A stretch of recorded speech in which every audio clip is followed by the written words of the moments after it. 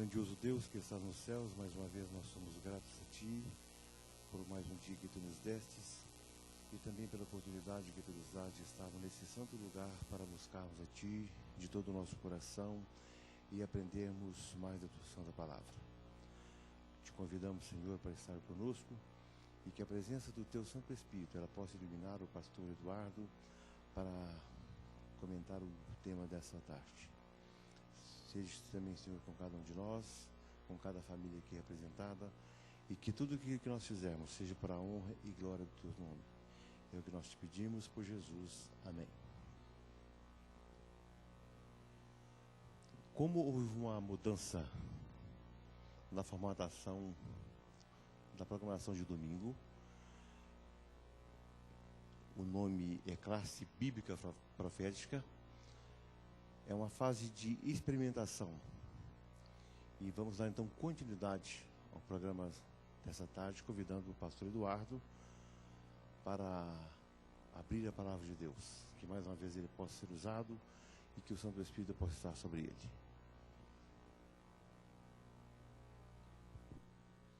Boa tarde, irmãos. É uma alegria estar aqui com vocês. Eu queria pedir-lhes que abrissem a palavra do Senhor, por gentileza, no livro de Daniel. É um livro muito conhecido e muito estudado por todos nós, especialmente os adventistas. Daniel. Hoje a gente vai fazer um aspecto introdutório. No domingo seguinte a gente avança mais um pouquinho. E a gente vai falar e fazer aquilo que for possível dentro do tempo que a gente tem, dadas as limitações particulares que eu estou enfrentando nesse mês em específico. Aqueles que não sabem, eu estou indo para o Rio de Janeiro, já estou trabalhando lá, e como ainda estou nesse processo de mudança, a gente está aqui honrando um compromisso com o pastor Paulo, mas a nossa dificuldade é saber se a gente vai conseguir levar até o final, mas enquanto estivermos aqui estaremos falando. Daniel capítulo 1 é o texto que eu gostaria que vocês compartilhassem. Nós vamos ler apenas os versos de introdução.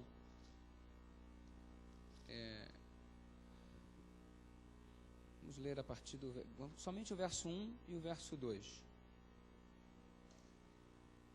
Daniel capítulo 1, verso 1 e verso 2. Se tem alguém perto de você que não tem nas mãos a Bíblia, aí você pode se aproximar dele ou dela, para que junto possa acompanhar a leitura do texto, combinado? Diz assim a Bíblia: no terceiro ano do reinado de Jeoiaquim, note que é Jeoiaquim e não Joaquim, que teve um outro rei na história, um outro rei chamado Joaquim, só para não confundir Jeoiaquim com Joaquim, tá bom? Então era o terceiro ano do reinado de Jeoiaquim, rei de Judá. Esse terceiro ano aqui é o ano 605 a.C. Qual que é o ano?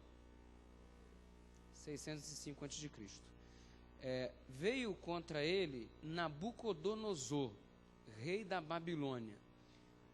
A data exata em que Nabucodonosor cercou a Babilônia foi o dia 15 de agosto de 605 a.C.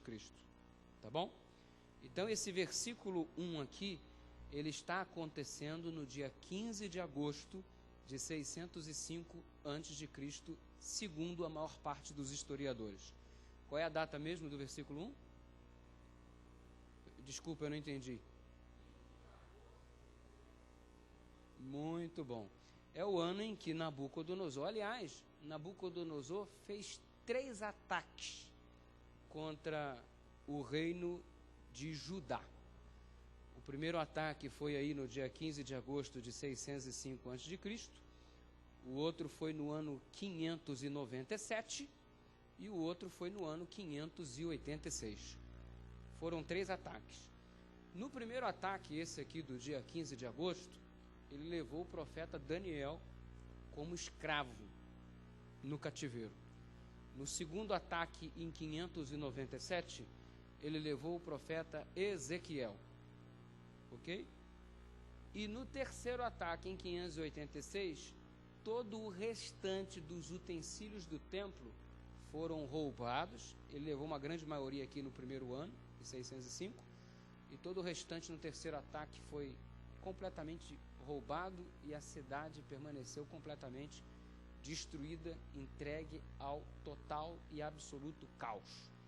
A gente precisa, para compreender o livro de Daniel, fazer uma busca histórica muito preciosa, porque uma vez que a gente entende o contexto em que o livro foi escrito e os fatos históricos que rodeiam a narrativa bíblica, isso fica mais fácil, facilita a nossa compreensão do estudo da palavra.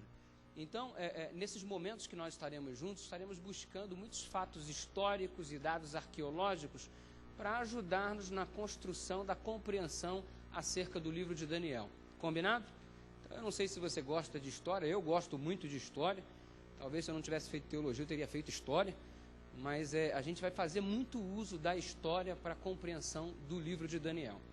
Então, aqui diz a Bíblia que no terceiro ano do reinado de Joaquim, rei de Judá, veio Nabucodonosor, rei da Babilônia, a Jerusalém e a sitiou.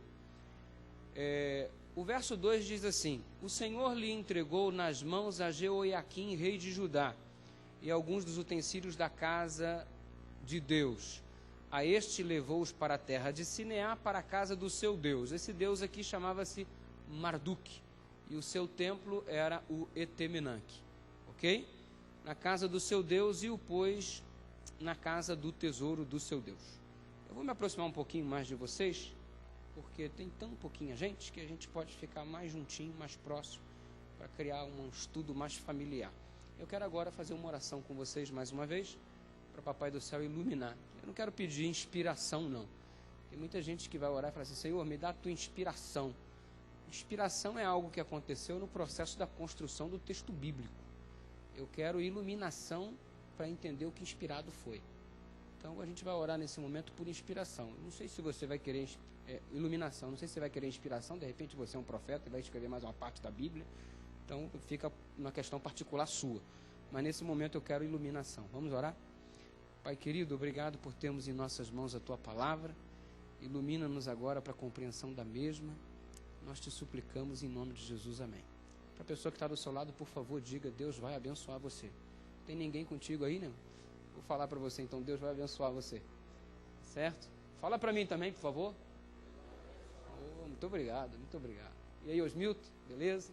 Rinaldo, e aí, Kikão, tudo bem, garotada? Bom estar aqui com vocês. Então, vamos lá. Queridos, olha só. Buscando informações acerca do livro de Daniel, a gente observa que no desenvolvimento da história, o livro de Daniel sempre foi muito relevante. Foi um dos livros mais estudados na antiguidade e agora tem sido na atualidade.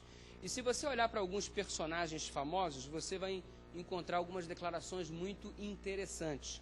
Por exemplo, o Sir Isaac Newton, ele disse que rejeitar o livro de Daniel é o mesmo que rejeitar a religião cristã. Eu não sei se você sabe, Isaac Newton escreveu um comentário sobre Daniel. E ele, ao estudar o livro de Daniel, ele disse assim: quem rejeita o livro de Daniel é a mesma coisa que rejeitar a religião cristã. Tamanha a preciosidade que ele tinha em consideração ao conteúdo do livro de Daniel. Um livro realmente muito especial. Você sabe que houve um período de cerca de 200 anos que não foi absolutamente nada escrito acerca da Bíblia. Esse período é conhecido como período intertestamentário. O que é o período intertestamentário?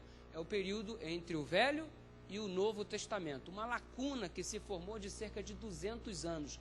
E embora nada na Bíblia, nada acerca da Bíblia, nenhum livro que está na Bíblia foi escrito neste período intertestamentário, declarações preciosíssimas foram feitas pelos rabinos e pelos judeus acerca do livro de Daniel.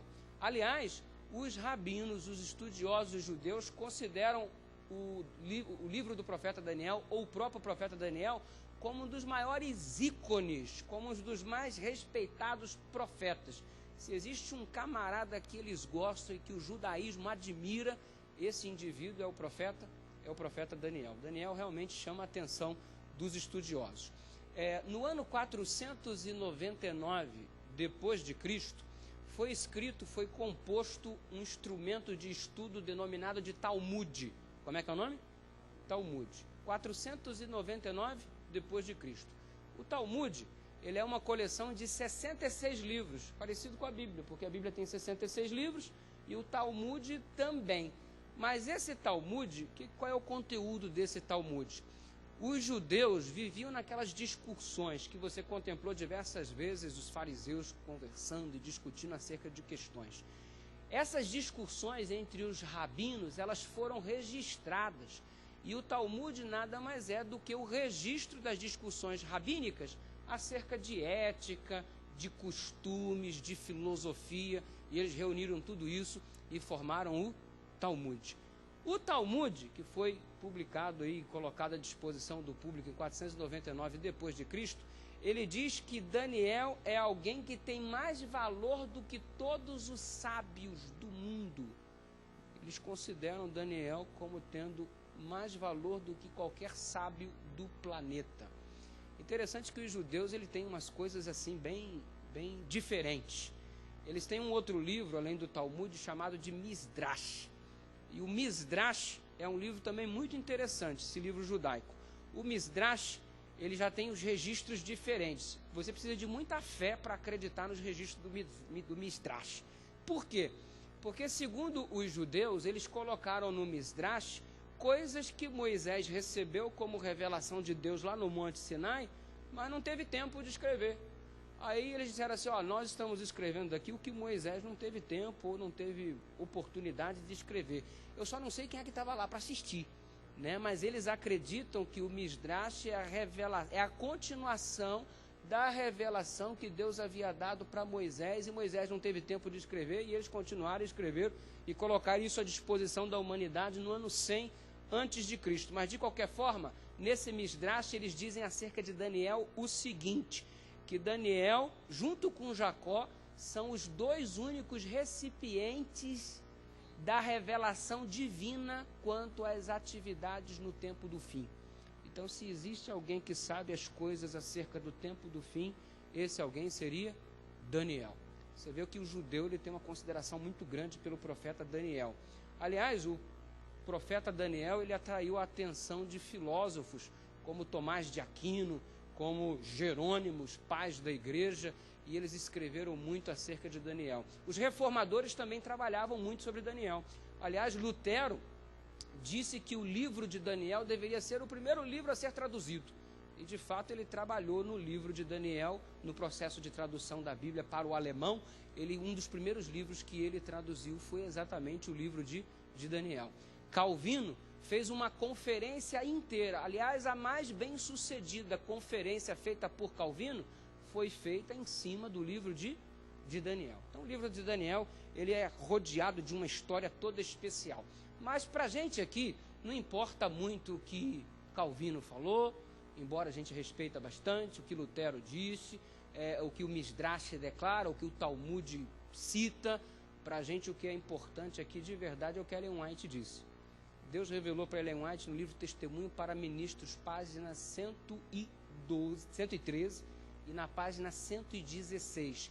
Ellen White disse assim, quando nós entendermos o livro de Daniel e o livro de Apocalipse, nós teríamos uma experiência inteiramente diferente com Deus. Olha só que coisa. Ela disse, quando nós entendermos, quando a igreja entender o conteúdo do livro de Daniel, nós experimentaremos uma experiência inteiramente diferente com Deus. Quem deseja ter uma experiência diferente com o Senhor, diga amém. Glória a Deus por isso. Então, por isso, a gente precisa estudar um pouquinho mais o livro de Daniel, para que essa promessa revelada por intermédio de Ellen White, ela possa se cumprir na minha vida e na sua vida também. Até aqui está tudo bem? Está assimilando aí as informações, essa parte introdutória? Está tranquilo? Alguma complicação? Alguma coisa que ninguém entendeu? Tudo certinho? Se você entendeu, dá um joia para mim. Faz assim para mim. Beleza, então. Se você não entendeu, o Senhor tem misericórdia de ti. Mas vamos em frente, então. O livro de Daniel, ele tem algumas características. Aliás, eu não citei ainda a continuidade da declaração de Ellen White. Eu falei do que ela disse na página 113, uma experiência inteiramente diferente com Deus, mas eu não disse o que ela falou na página 116 do Testemunho para Ministro. Ela disse assim, que a história existente no livro de Daniel, ela vai se repetir. Então, aparentemente, você olha assim, essa historinha, Daniel na cova dos leões, Sadraque, Mesaque e Abdenego na fornalha de fogo ardente, isso e aquilo, historinhas que as crianças... Ela disse assim, as histórias do livro de Daniel vão se repetir.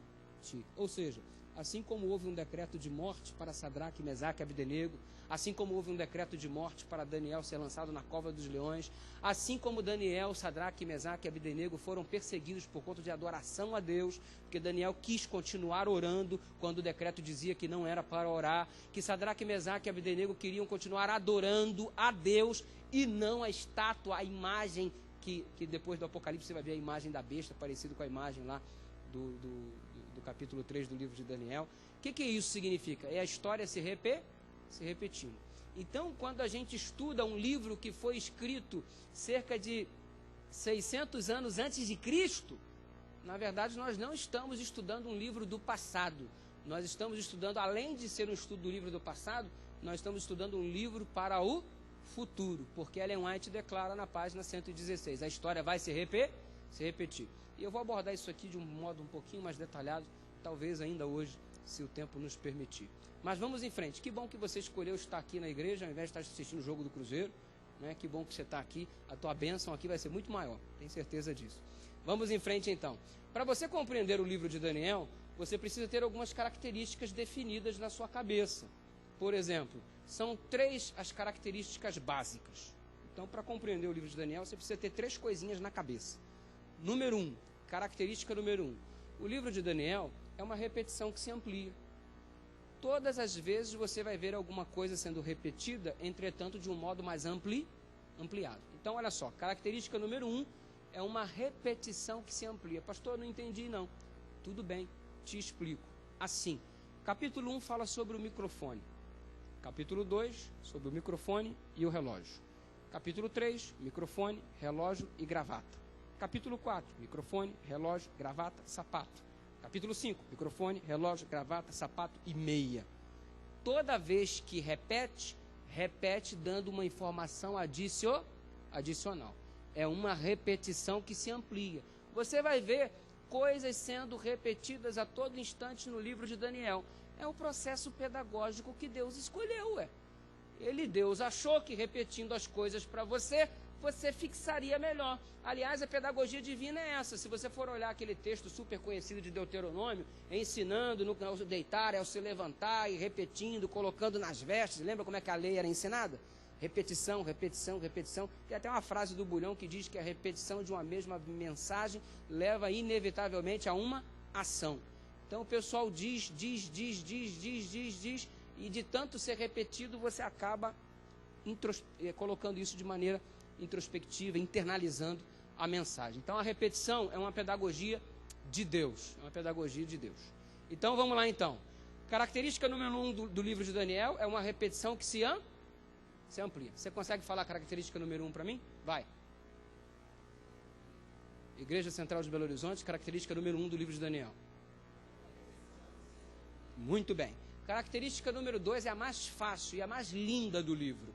Jesus é o centro. Coisa maravilhosa. A gente estuda o livro de Daniel, nossa, aquela besta horrorosa, aquele dragão cheio de cabeça, cheio de chifre, aquela coisa escandalosa, aquele animal, aquele leopardo de 4 cabeças, de 4 asas, aquele dragão, aquele urso com 3 costelas na boca, um lado maior do que o outro, coisa assustadora. E a gente começa a ficar viajando nessas imagens, mas o foco central do livro de Daniel não é nada disso. O foco central do livro de Daniel é o personagem Jesus. Quem é o centro do livro? Quem é o centro do livro? Então, quando você estuda o livro de Daniel, você tem que desfrutar de uma experiência extraordinária com Jesus. E é isso que eu desejo. Quem deseja, diga amém. Glória a Deus por isso. Então, vamos lá então. Primeira característica é uma repetição. Segunda característica, Jesus é o centro. E a terceira característica, prazos determinados. Qual é a terceira característica? Você vai encontrar um monte de prazo. A gente não trabalha em cima de prazo. Olha, você tem 2 dias aí para entregar o seu currículo, você tem tantos dias para entregar o relatório de trabalho, você tem até o dia tal para fazer a inscrição, não sei do que, não sei da... Vive prazo. E o livro de Daniel, mais do que qualquer outro livro da Bíblia, no Velho Testamento, trabalha em cima da questão de prazos. E você encontra lá um tempo, 2 tempos, metade de um tempo, 42 meses, 1.335 dias, 1.335 anos, 1.290 dias. Você encontra esses prazos sendo estabelecidos a todo instante, 2.300 tardes e manhãs, 2.300 anos, enfim, são prazos, 70 semanas, 42 semanas, 7 semanas, na metade da 7ª semana, prazos, prazos e prazos e prazos. Nenhum livro no Velho Testamento introduz mais a questão de tempo do que o livro do profeta Daniel. Prazos determinados. Vocês conseguem falar as 3 características? Duvido, vai lá.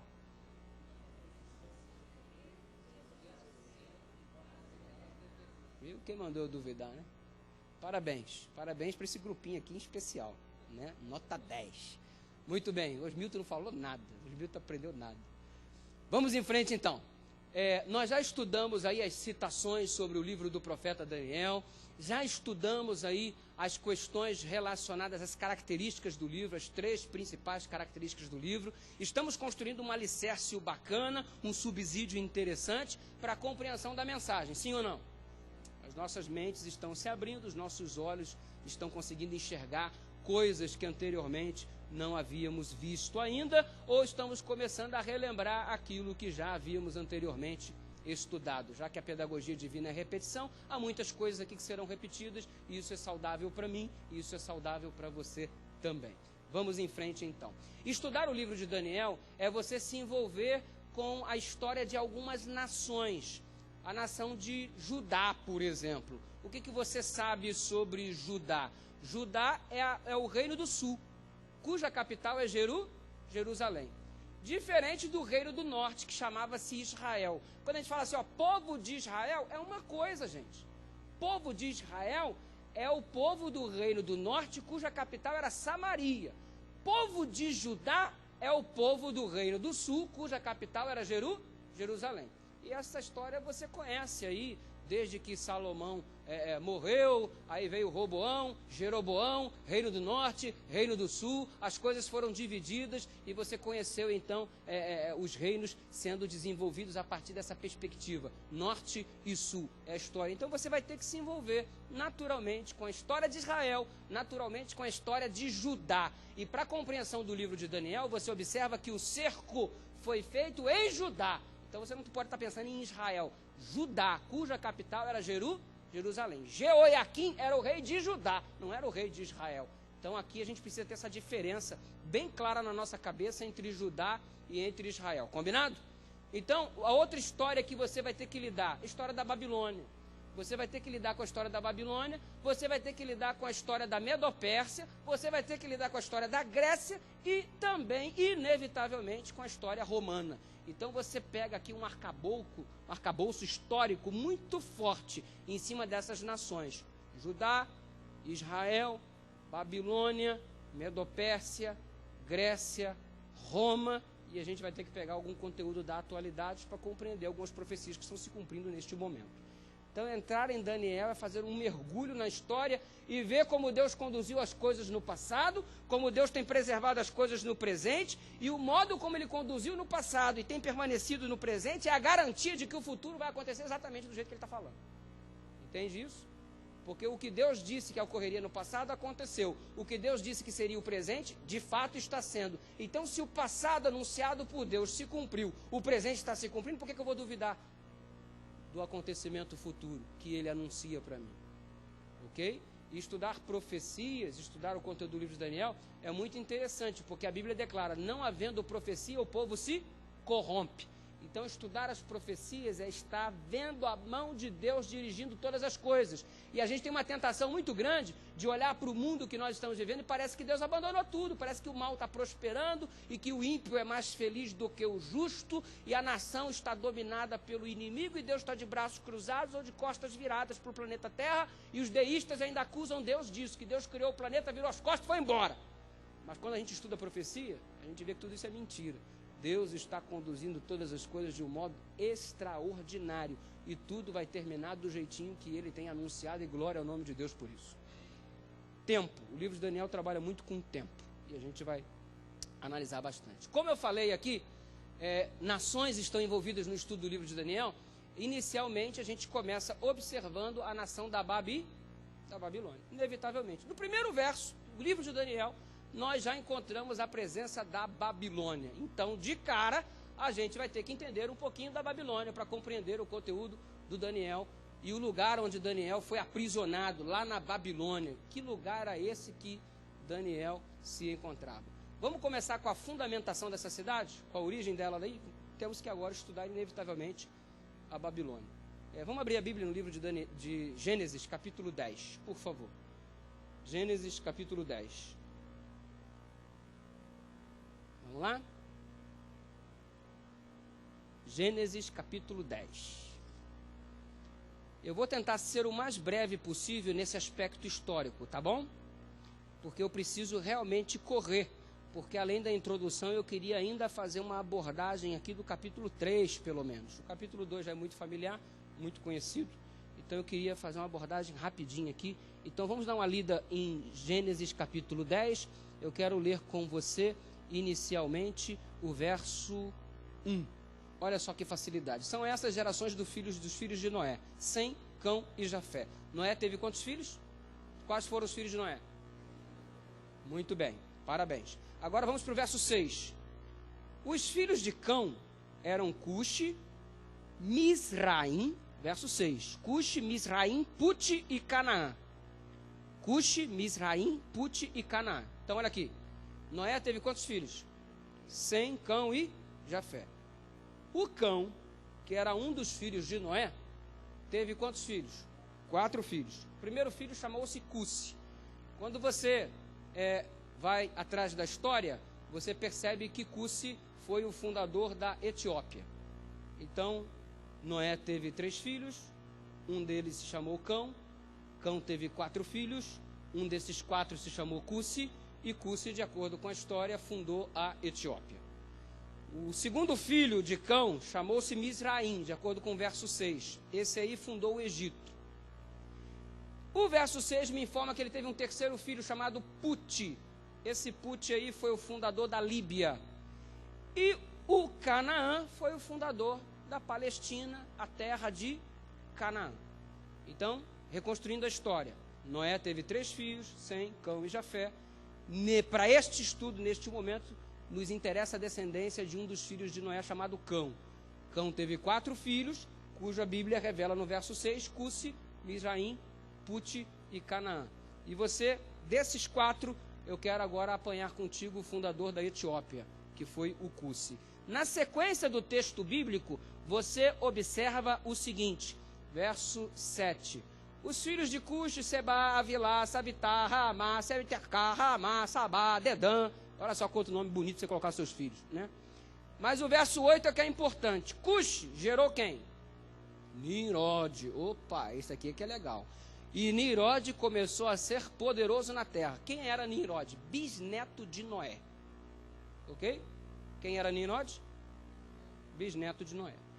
E aí o Nimrod começou a ser poderoso na terra. O verso 9 diz que ele foi um valente caçador diante do Senhor.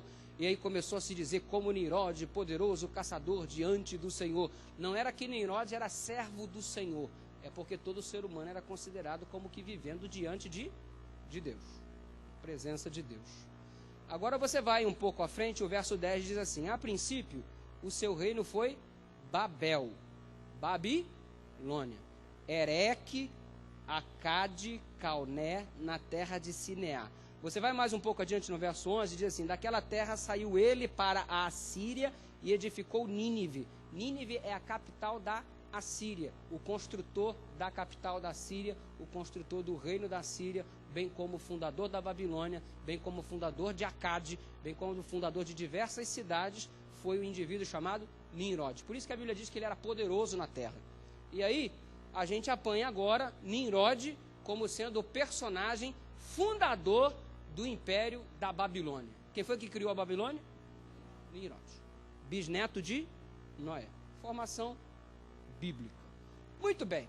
Para resumo da ópera aí, para resumo da história, para a gente logo ser o mais objetivo possível, a história registra, especialmente por Flávio Josefo, e Flávio Josefo é muito respeitado no que diz respeito a aspectos históricos de nações envolvidas com o relato bíblico, Flávio Josefo faz algumas declarações muito interessantes. Ele diz que o Nimrod foi o camarada que liderou uma revolta contra Deus e ele foi o construtor da Torre de Babel. E lembra que o objetivo da construção da Torre de Babel é para que, se porventura Deus ficasse irado e resolvesse destruir o planeta com um dilúvio, a torre seria tão alta que a humanidade não seria consumida por conta de um novo dilúvio, caso Deus desejasse mandar um outro ou não cumprisse sua palavra de que a terra não mais seria destruída por um dilúvio. Então Nimrod desafiou a Deus: se ele quiser destruir de novo, então eu vou impedir com a construção da Torre de Babel. E Flávio Josefo faz o seguinte relato: Nimrod era o indivíduo que desafiava a autoridade divina. É o relato do Flávio Josefo. Interessante que, quando nós olhamos para a perspectiva histórica, naquela época, todo construtor da cidade passava a ser o Deus adorado naquela cidade. Sabia disso?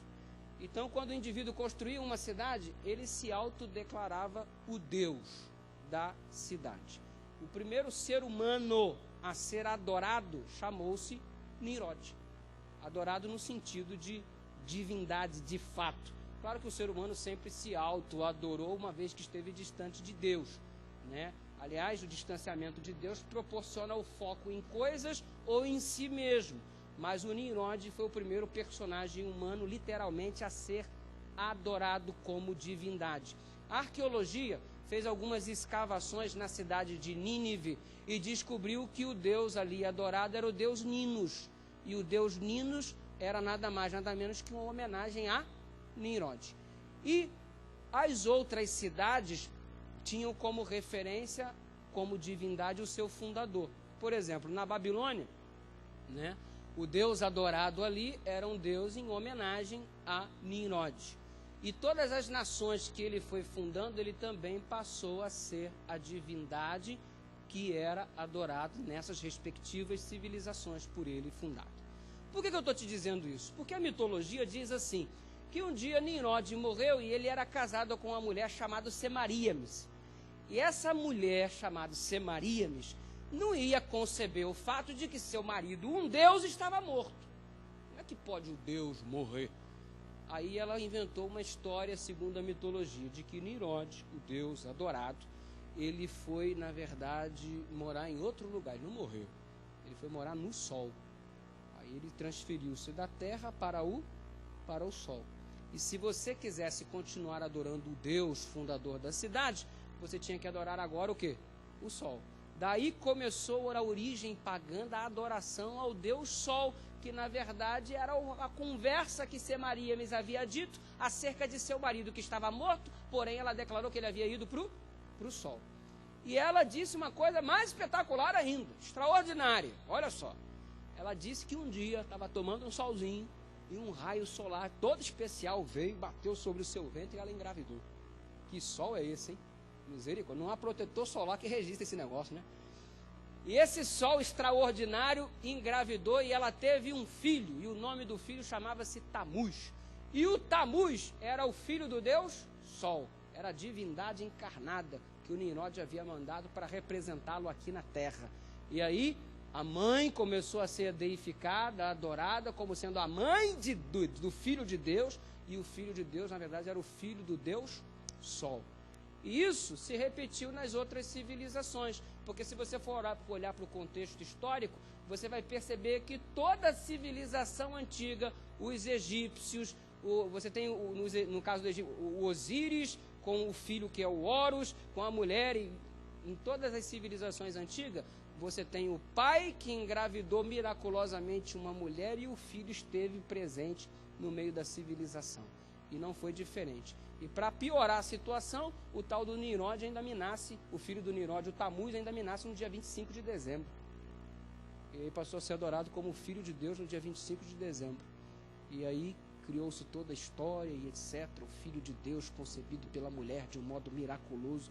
Você não percebe nisso daí uma tentativa do diabo de antecipar o que seria feito no futuro, para que quando isso ocorresse, isso fosse jogado na lata do lixo através de um descrédito?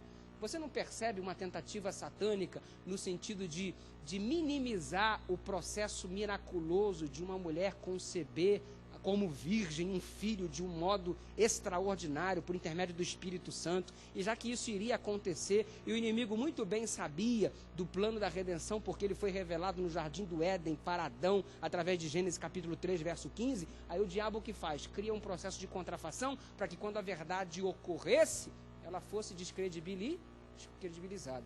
Por que as civilizações orientais têm tanta dificuldade de aceitar o cristianismo?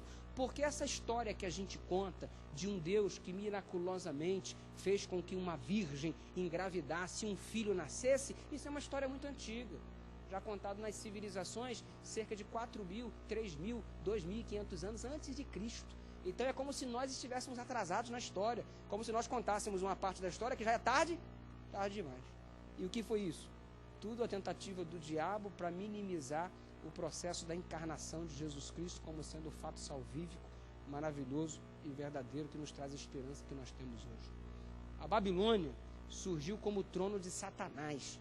E você observa um grande conflito em todo o livro de Daniel entre essas cidades, Jerusalém versus Babilônia. Adoração a Deus versus a Baal, que na verdade era um outro nome que recebia o próprio Nimrod, Deus Sol.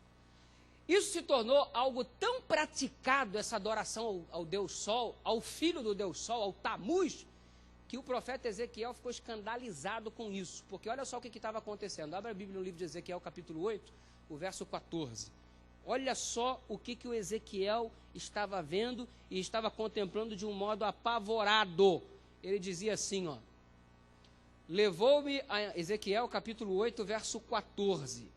Levou-me à entrada da porta da casa do Senhor. A casa do Senhor naquela época, você sabe que era o tabernáculo. Aí o santuário, né, que na verdade já tinha sido construído, estava lá em Jerusalém, e Ezequiel, destruído, é verdade, mas o Ezequiel foi levado em visão para lá. E lá em visão, ele chegou lá e o Espírito Santo o levou à porta da casa do Senhor, que era o santuário, que dá para o lado do norte. Por que o santuário da tua porta dava para o lado do norte? Por quê? Porque quando você entrava no santuário, obrigatoriamente você tinha que virar as costas para o sol. O que isso significa? Que você não pode entrar num processo de adoração a Deus linkado com o tipo de adoração praticado no mundo.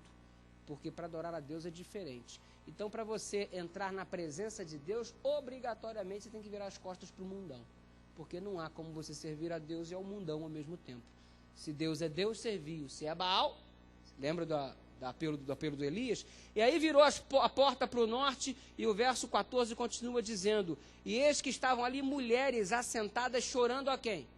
A Tamuz. E quem era Tamuz? O filho de Nimrod, a divindade, o filho do Deus Sol. Então você observa que o profeta Ezequiel está chateado. E por que ele está chateado? Porque no santuário de Deus, o lugar onde as pessoas deveriam estar adorando a Deus, estavam adorando a Tamuz. No que isso se aplica hoje? É você vir à igreja, ao invés de estar aqui para adorar a Deus, você está aqui, mas teu coração está no mundão. Teu coração está no pecado, teu coração está nas coisas que estão lá fora. Então, isso hoje se reflete quando nós estamos na casa de Deus, mas ao invés de estarmos comprometidos com o Senhor, nós estamos ainda com o nosso coração atolado junto aos ribeiros de lamas do pecado. Isso se reflete nos nossos dias dessa forma. Mas aí você continua no processo histórico da Babilônia, e é maravilhoso estudar a história da Babilônia para você compreender o contexto em que Daniel se encontrava. A Babilônia ela teve dois grandes períodos, ok? Primeiro foi o período impulsionado por Hammurabi. Hammurabi, isso aconteceu em 1800 a.C. Por que isso é importante?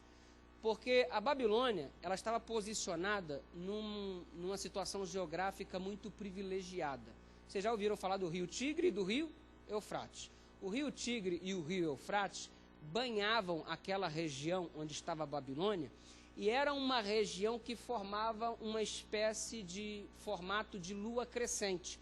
Por isso essa região era chamada de crescente fértil.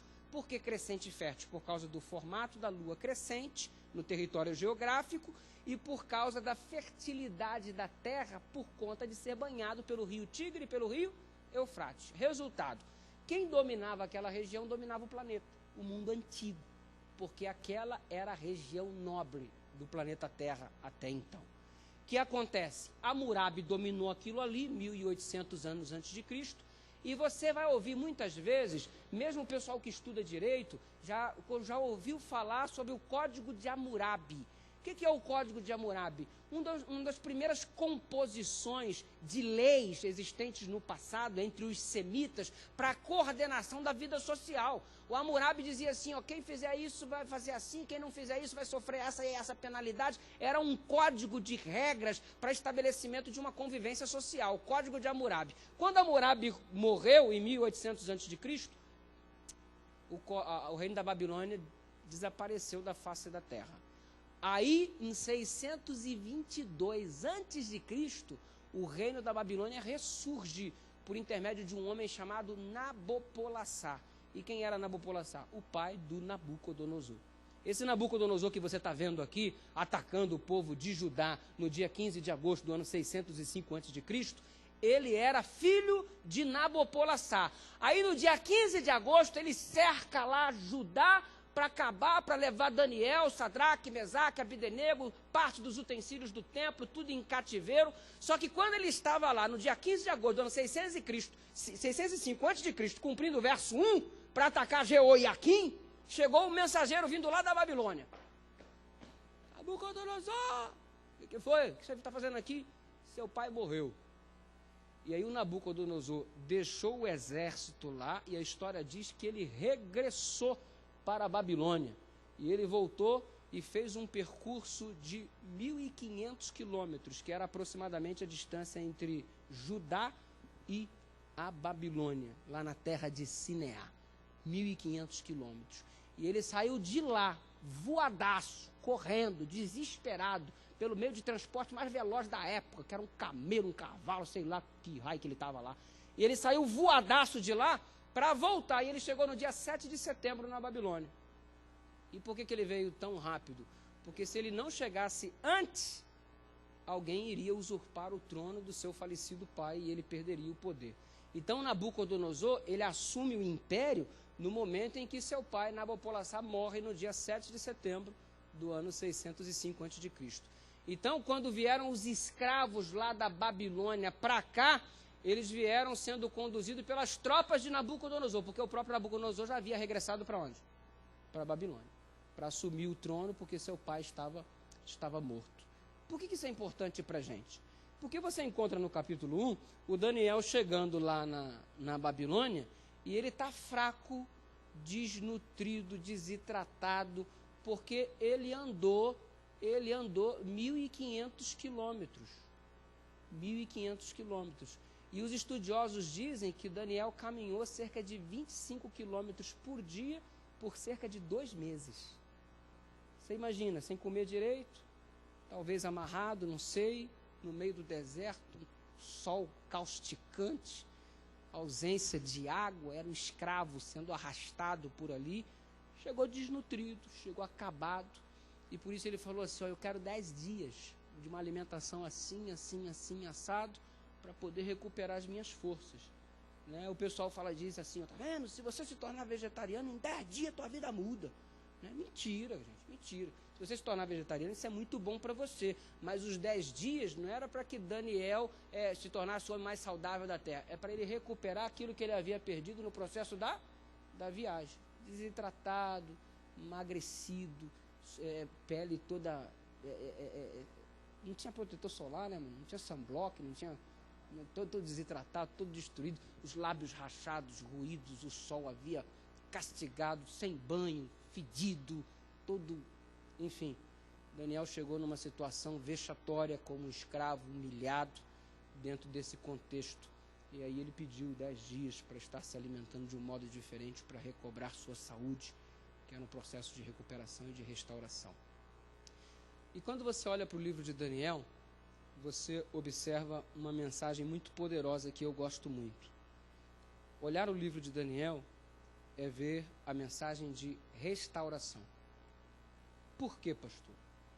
Porque no capítulo 2, você vê aquela estátua aparecendo, cabeça de ouro, símbolo da Babilônia, o peito e os braços de prata, símbolo da Medopérsia, o ventre e o quadril de bronze, símbolo da Grécia, as pernas de ferro, símbolo de Roma, os pés, metade ferro, metade barro, Roma dividida, e a pedra cortada sem auxílio de mão, símbolo do reino de Deus, a volta de Jesus, a única parte do sonho que falta se cumprir. E você vê diante disso, e quando a pedra vem, esbarra na estátua e enche toda a terra, é a restauração do reino de Deus. O reino de Deus se perdeu por conta do pecado, e o capítulo 2 mostra o reino de Deus se restaurando. Quando você vai no capítulo 7, o que você observa? No capítulo 7, você observa acontecimentos na terra e acontecimentos no céu. Na terra, as nações no seu processo, um dominando a outra, um se opondo contra a outra, e Deus então vendo tudo isso, controlando tudo isso, mas no céu, em contrapartida, enquanto os eventos na terra se sucedem, lá no céu, o santuário celestial em atividade, um processo de juízo, os livros se abrindo, o ancião de dias chegando, julgamento. Capítulo 2, restauração do reino de Deus. Capítulo 7, restauração de Deus. Mas que absurdo, pastor. Deus precisa ser restaurado? Deus é perfeito. Deus ele não precisa ser restaurado. Mas o diabo jogou o nome de Deus na lata do lixo. O diabo está dizendo até hoje que Deus é injusto, que Deus é arbitrário, que Deus apanha toda a sua capacidade de poder, sua onipotência, e usa em exercício de sua própria vontade egoísta, faz o que quer sem considerar a vontade humana, não dá chance para o ser humano, porque se você for dele, você tem salvação, se você não for dele, você está exterminado, não tem alternativa, e Deus é arbitrário, e ele sim é que é o indivíduo que levanta a bandeira da liberdade. O diabo está jogando o nome de Deus na lata do lixo. Só que o juízo no capítulo 7 vem para restaurar o nome de Deus. Deus vai mostrar para todo o universo, através da volta de Jesus, que quem estava certo era ele. Jesus vai voltar para restaurar a raça humana, sim, verdade. Mas há um outro propósito, é para restaurar o caráter de Deus. Para mostrar para todo o universo de que quem estava certo era Deus.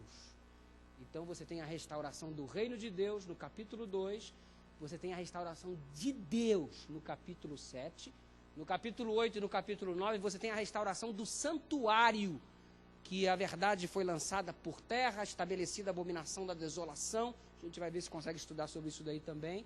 E o santuário de Deus é restaurado. E nós estamos estudando sobre o santuário durante esse trimestre, isso é muito significativo. E aí no capítulo 12, de 10 a 12, finalmente, você tem a restauração do povo de Deus. E o que é o livro de Daniel? É um livro que fala sobre Deus restaurando todas as coisas. Deus restaurando o seu reino, Deus restaurando o seu próprio nome, Deus restaurando o santuário e Deus restaurando a mim e a você, o seu povo. O livro de Daniel é a mensagem de restauração. Eu tenho um desejo para você. Quando você estiver estudando esse livro, para você ter essa experiência diferente com Deus, anunciada por Ellen White em Testemunho para Ministros, página 113 e 116, que Deus restaure em você o que preciso for.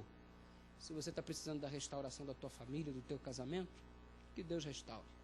Se Deus está precisando de que você restaure o seu relacionamento com seus filhos, se Deus está precisando, se Deus está vendo que você precisa ter tua saúde restaurada, tuas finanças restauradas, eu não sei, você está aqui, eu não conheço você, você não me conhece, talvez a tua fé esteja deteriorada pelas circunstâncias difíceis que você está atravessando, e você está precisando de uma restauração. E você veio à presença de Deus nessa noite para um estudo teológico, para um estudo bíblico e tal. Mas o que adianta a gente angariar tantas informações, se a gente não sentir a execução do poder de Deus da nossa vida? O estudo se torna sem objetivo. Então, o meu objetivo aqui nessa noite é te dizer o seguinte: o Senhor quer restaurar a tua vida. E não só Ele quer, Ele pode. Ele pode. E o livro de Daniel me traz uma mensagem de restauração. Não importa qual aspecto da minha vida ou da tua vida precisa ser restaurado, o Senhor pode, e se você permitir, Ele vai restaurar em nome de Jesus. E a restauração de Deus não é algo provisório. A restauração de Deus não é uma maquiagem. A restauração de Deus é algo que vai perdurar por toda a eternidade. A restauração de Deus, ela é plena, ela é absoluta. Nossa, pastor, quanta coisa que você falou, não gravei nada, não deu tempo de escrever. Não se turbe o vosso coração, credes em Deus e não crê em mim. Certo? A gente tem esse material todo gravado, tivemos a alegria de estar lá na Igreja da Concórdia, fizemos uma gravação da série sobre o livro de Daniel. Eu estou te falando aqui os 2 primeiros versos do livro, a gente não terminou ainda, tá certo? Não sei se você está com pressa. Até que hora que eu tenho aqui, Fera? Até que hora que é a bênção aqui? 7h30? Até 7h30? Tenho mais meia hora ainda? Até 7h15. Beleza, se eu passar de 7h15, quem quiser ir embora, pode ir embora, né? Tá tranquilo, né? E eu continuo, nem que seja falando sozinho. Então vamos em frente. Então você tem essa mensagem, eu tenho até, hoje na Casa Aberta, estava lá num preço super promocional. Essa aqui é a série, são 6 DVDs sobre o livro de Daniel, o Jovem e a Profecia. Você tem 6 DVDs aqui dentro sobre os 12 capítulos do livro de Daniel. E vamos em frente então. Você está abordando junto comigo o aspecto da Babilônia sendo inserida dentro do contexto bíblico e a compreensão histórica da mesma para facilitar a nossa compreensão do livro de Daniel. Você percebe o contexto do grande conflito? O reino da Babilônia contra o reino de Jerusalém. Aí você observa agora a Babilônia chegando aqui, no dia 15 de agosto do ano 605, rodeando os muros lá de Jerusalém, e neste momento Daniel é sequestrado, Sadraque, Mesaque, Abdenego e tudo mais. E você percebe uma declaração muito intrigante, porque o capítulo 1, no verso 2 do livro de Daniel, diz assim, retorne ao texto que nós lemos originalmente no início dessa palestra, por favor, retorne ao texto. Você observa aqui, Daniel no capítulo 1, no verso 2, a seguinte declaração. Olha só que declaração. O Senhor lhe entregou nas mãos a Jeoiaquim, rei de Judá. Nossa, que coisa triste. Deus entregou os seus filhos. Qual é o pai que entrega o seu filho para o inimigo? Parece que é isso que o texto está dizendo. Qual é o pai que entrega o seu filho para o inimigo? A Bíblia está dizendo que Deus apanhou os seus filhos e os entregou para a Babilônia. Será que Deus fez isso? Será que Deus pegou seus filhos, Deus pegou o seu povo e fez exatamente isso? Os entregou para os inimigos? É por isso que a Bíblia não pode ser estudada fora do seu contexto. Você precisa estudar o texto dentro do seu contexto. E aí você consegue perceber o seguinte contexto diante da história de Israel versus Babilônia. A Bíblia diz que Deus entregou. Vamos analisar. Primeiro lugar, o povo era um povo cujo regime administrativo era teocrático. Já ouviu falar nisso? Teocracia? O que era teocracia? Era o sistema de governo onde o governante era Deus.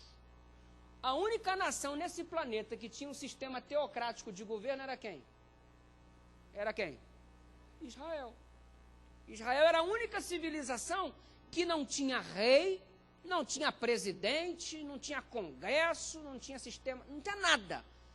Deus era o rei, teocracia. Isso fazia de Israel uma nação diferente. E Deus se comunicava por intermédio do sacerdote, que lá no templo estaria declarando para todos a vontade divina concernente à legislação, a leis, questão social, questão moral, questão religiosa. Era sistema teocrático. E aí o que o povo fez? Começou a reclamar, nós não queremos teocracia, nós não queremos Deus governando. Você já imaginou Deus ser o presidente do Brasil? Que coisa extraordinária. Deus ser o líder da nossa nação? Que coisa. E eles não quiseram. Não estão satisfeitos com Deus, não, a gente não consegue ver, ele fica falando aí pro negócio de relâmpago, de trovão, de urim, de tumim, de pedrinha para cá, pedrinha para lá, e ele é o porta-voz lá, eu uso Samuel como porta-voz, eu estou chateado com isso, a gente não quer, todo mundo tem um rei, só a gente que não tem, eu não quero Deus como rei não, eu quero um homem que eu possa ver. Essa foi a reclamação do povo.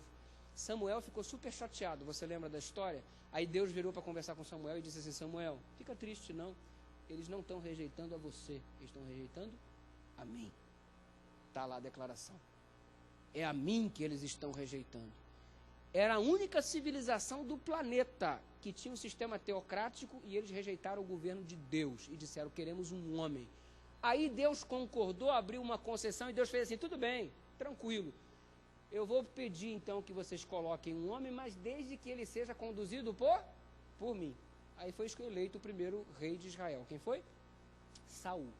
E Saul começou muito bem e tudo mais, depois se distanciou de Deus e causou toda aquela arruaça e desgraça sobre o povo. E a bênção de Deus foi separada, foi deixada de ser usufruída, e em contrapartida o pecado reinando e o ser humano colhendo aquilo que é resultado de sua própria escolha. E Deus então continuou insistindo, e depois de Saul veio mais um rei, e rei após rei, e os reis não estavam se colocando nas mãos de Deus, era uma oscilação muito grande, o rei vinha e tal, e fazia sua própria vontade, negligenciava Deus, entrava no pecado, e assim foi. E o que Deus fez? Deus deixou uma coisa bem clara: olha, vocês são a nação eleita, privilégio, hein? Só que um privilégio é acompanhado de uma grande responsabilidade. Aqui, Deus te deu o privilégio de ser pai, não é só privilégio. Agora você é responsável por uma vida. Deus te deu o privilégio de ser um marido, não é só privilégio. Agora você tem a responsabilidade de amar essa mulher, cuidar dela. Deus te deu o privilégio de ter um bom emprego. Para de cumprir tua responsabilidade no teu emprego para tu ver se teu privilégio continua.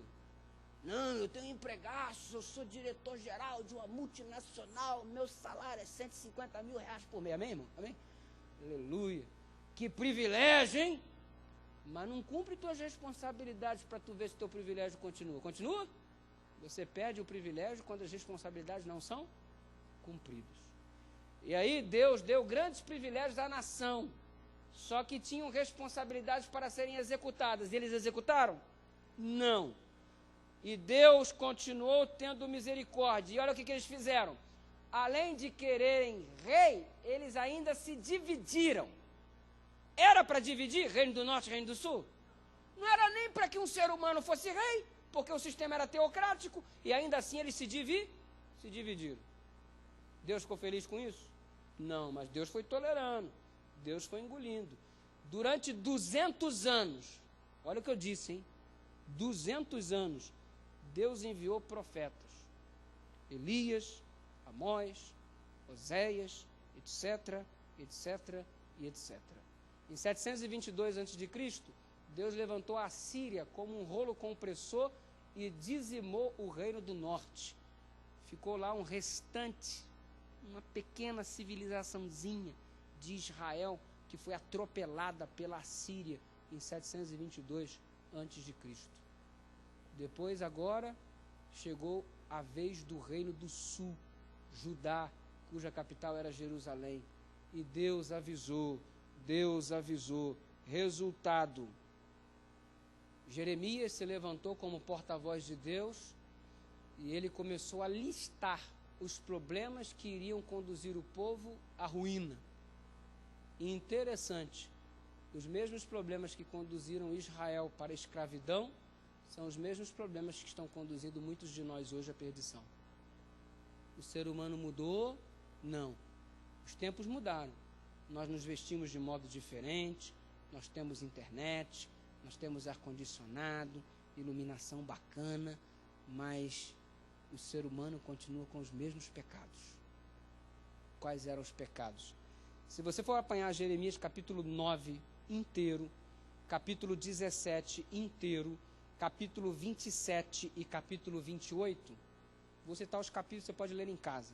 Jeremias 9, Jeremias 17, Jeremias 27 e Jeremias 28.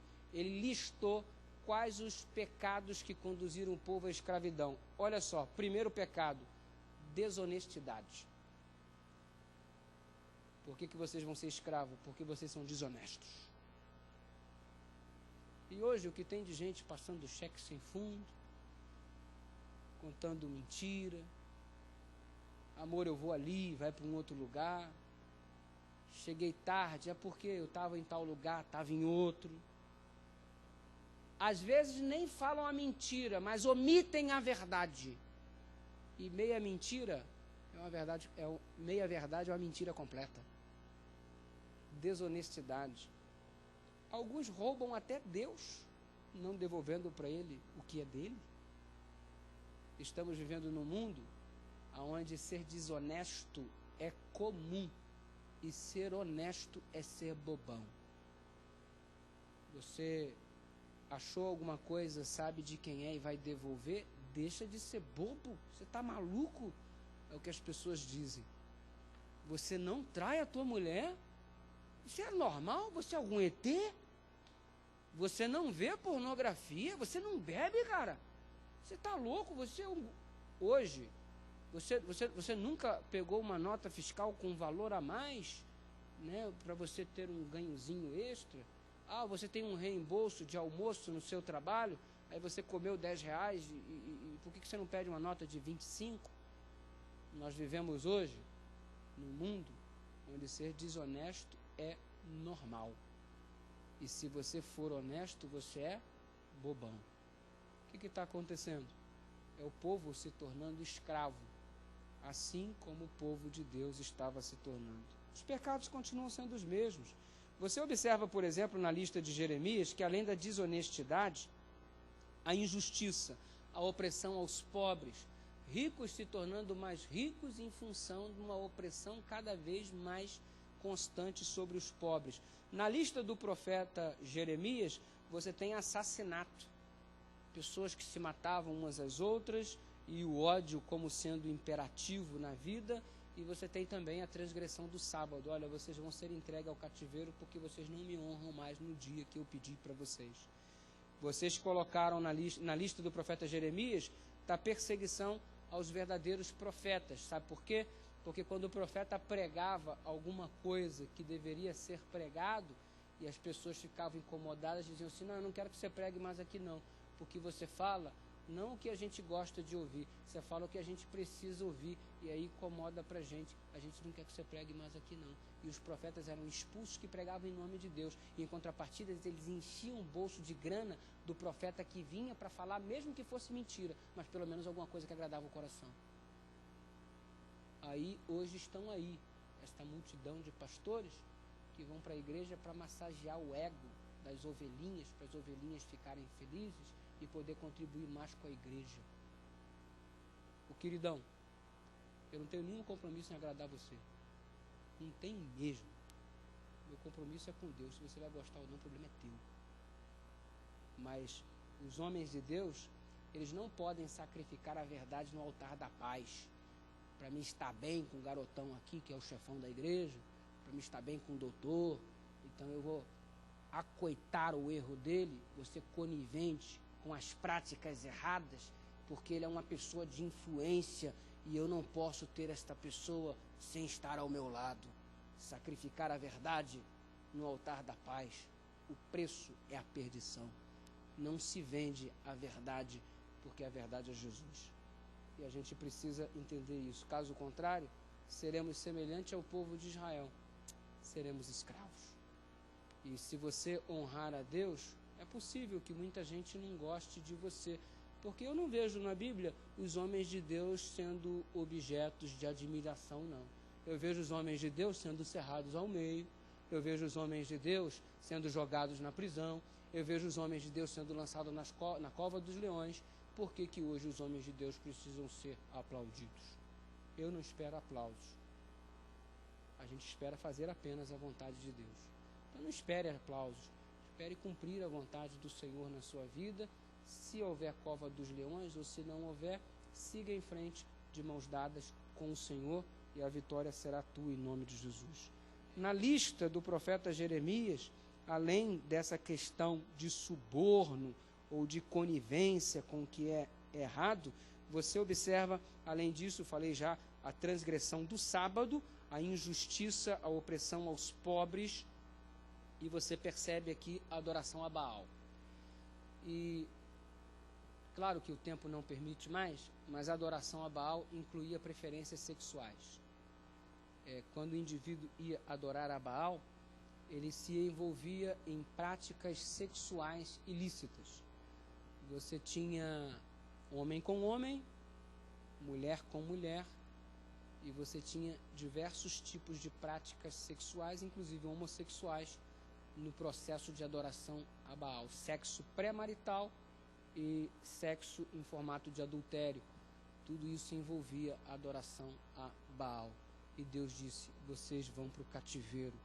Não é porque eu quero que vocês sejam escravos, é que vocês estão se escravizando. E sabe de uma coisa? Embora Deus nos ame demais, Ele não pode deixar de permitir que a gente colha aquilo que a gente planta. Olha só, Deus vai perdoar o fato de você ter adulterado. Deus perdoa. Mas você vai colher aquilo que você plantou. Deus, Ele vai perdoar a tua promiscuidade. Mas provavelmente você vai ter que colher uma AIDS, uma sífilis, uma gonorreia. Deus, Ele vai perdoar o fato de você ter matado alguém. Mas provavelmente você vai colher uma cadeia. Ou não. Deus vai perdoar qualquer pecado. Mas isso não deixa de ter consequências. E ainda que não tenha consequências externas, você vai vivenciar durante um bom tempo um conflito aqui dentro. Porque você mesmo vai duvidar que Deus perdoou você. Você vai ficar perguntando para você mesmo, será que Deus me perdoou? Porque você mesmo terá dificuldade de se perdoar. E é isso que acontece. Os frutos, eles existem. E graças a Deus que existem, porque já pensou se nós praticássemos toda sorte de pecado e não houvesse consequência nenhuma? Se o ser humano já é do jeito que é por conta de ter a consequência diante de si, imagina se a consequência não existisse. Imagine se não tivéssemos que colher frutos algum. E Deus permitiu, olha, eu perdoo a transgressão do sábado, eu perdoo tudo isso de vocês, mas infelizmente vocês vão para o cativeiro.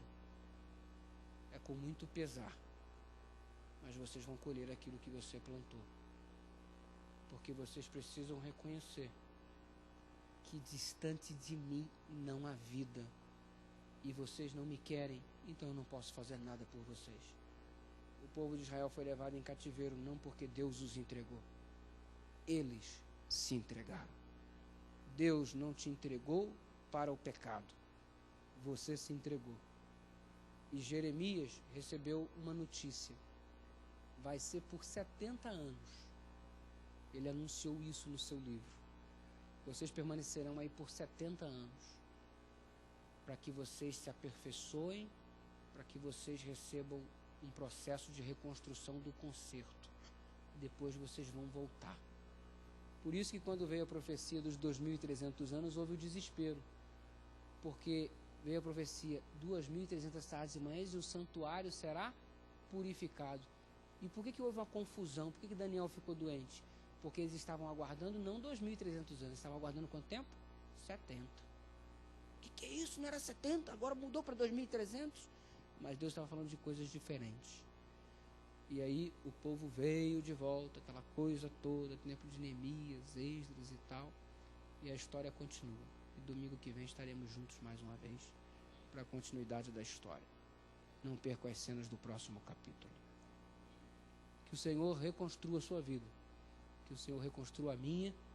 E que apesar de algumas consequências que estaremos colhendo, possamos estar segurando firme nas mãos do Senhor. Vamos levantar e orar? Pode. Irmãos, eu queria pedir a vocês que orassem hoje para mim, que eu estou muito triste. Meu pai faleceu ontem. Há 5 meses atrás eu falei que aqui na igreja pedi oração para ele. Que se meus irmãos trouxerem para Belo Horizonte, que ele não ia aguentar, que ele não aguentou. Nesses 5 meses ele teve 2 pneumonias, conjuntivite, escaras, intestino deu problema, a bexiga. Ele faleceu ontem às 5 horas. Às 11 horas eu fiquei sabendo às 3 horas da manhã. E para piorar, eles ainda cremaram e às 5 horas da tarde. Eu estou muito triste. A única certeza que eu tenho é que ele morreu no Senhor. Eu vou aguardar a ressurreição. E peço oração para minha família. Falaram que eu tinha, na primeira pneumonia dele, que eu tinha feito lá no asilo, dado solavancos no meu pai, tinha gritado, falado com ele, para eu ir para o estatuto do idoso. Tudo mentira. E ainda tem que ser julgado isso aí, mas acho que agora acessa, né? Mas estou muito triste porque não era para ter sido dessa forma. E eu queria pedir oração para minha família, para minha mãe, para meus irmãos.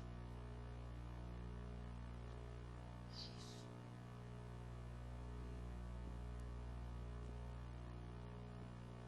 Senhor, muito obrigado pelo estudo que tivemos da Tua Palavra. Muito obrigado porque a mesma permanece à nossa disposição a fim de obtermos orientação para a nossa vida.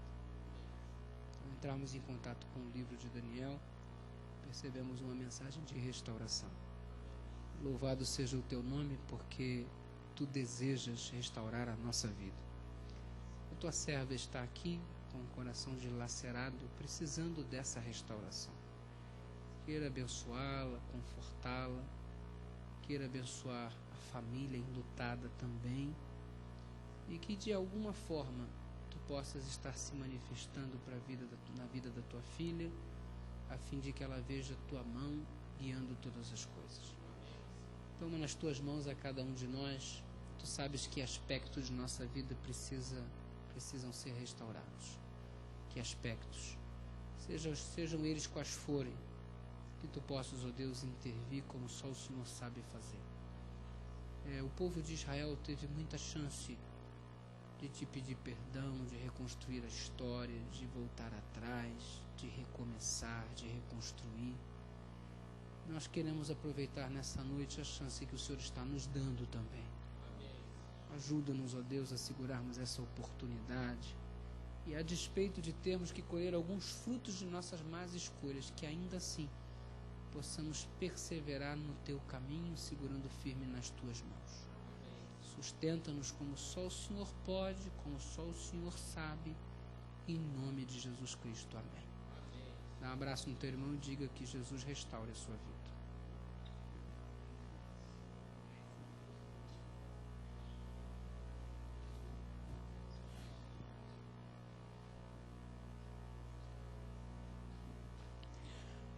Nós agradecemos a presença de todos vocês e fica o nosso convite para o próximo domingo. E aproveitando a oportunidade, irmãos, os membros da igreja que ainda não fizeram o seu cadastro, por gentileza, ali à saída está a equipe da secretaria para cadastrá-lo. Uma boa semana a todos e que Deus possa abençoá-los.